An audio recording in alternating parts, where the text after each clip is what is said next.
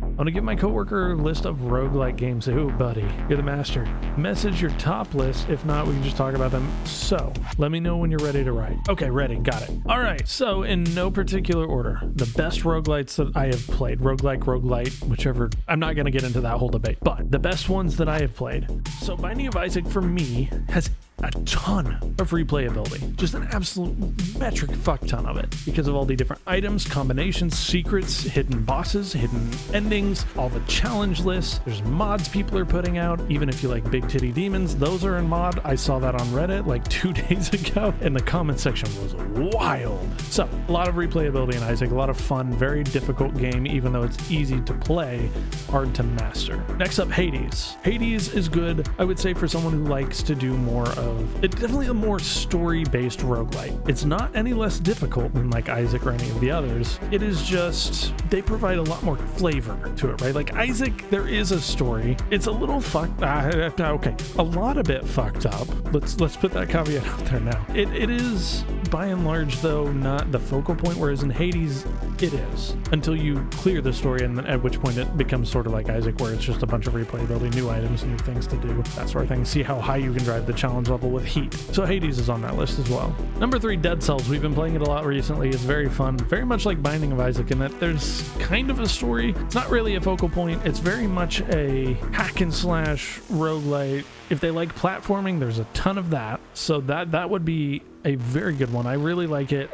They keep updating it. It's very, very polished, I think. And it's an indie one. I think all of these are indie, actually. And it just had the Queen and the Sea DLC, which, as I understand it, the boss, if you get to the Queen, she knows how to block you. She learns your patterns, that sort of thing, which is really, really cool. This one may be a little more controversial for some people in the channel, but I tag it as one. Darkest Dungeon. This one's interesting in that the art style is very, very, very special. I really enjoy that it is a RPG as well as a roguelike. Now, the roguelike side of it's not as fleshed out. Like I said, it still has some of the elements. It's not a full-blooded roguelite, I guess.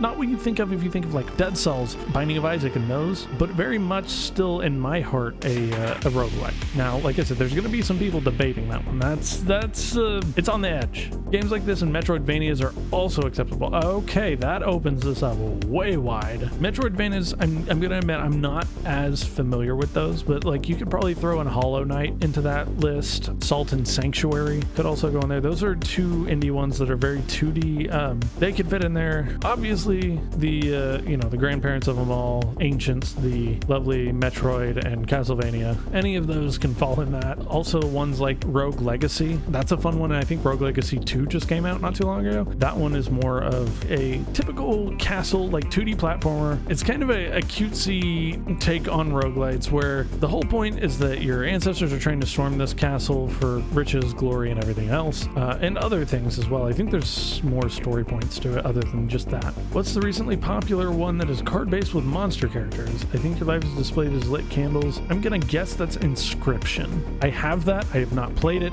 And then this last one I'm gonna suggest is a very interesting one. Hand of Fate. That series is really interesting. Hand of Fate 2 in specific. It's basically you have this like board game environment, and in it, when you go do the encounters, you end up with like these little rolls. You can pick cards, but also you get like third-person RPG shit that's going on, right? Oh, it looks like you have a bard in this one. That's kind of cool. Party members, maybe. But yeah, you go through and you whoop ass in third person, and then there's other kind of events that you have to do that aren't. And so it's like a board game mixed with a roguelite, mixed with third-person action RPG. It's a good time, basically, is the answer. With all that said, hopefully that's enough of a start of a list.